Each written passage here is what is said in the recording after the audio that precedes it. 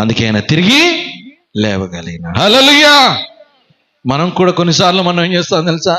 మనం కూడా చచ్చిన వారి వలె ఉంటున్నాం. హల్లెలూయా. ఎలా ఉండాలి? జీవము కలిగిన వారమై ఉండాలి. ఉన్నామా? ఎప్పుడు మొఖాలు వాడిపోయినట్టే.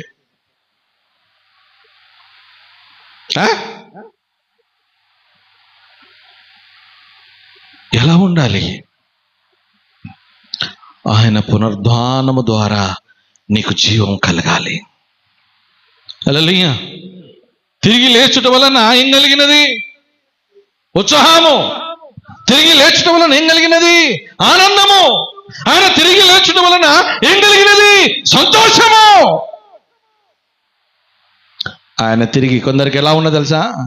ఆయన తిరిగి లేచిన కానీ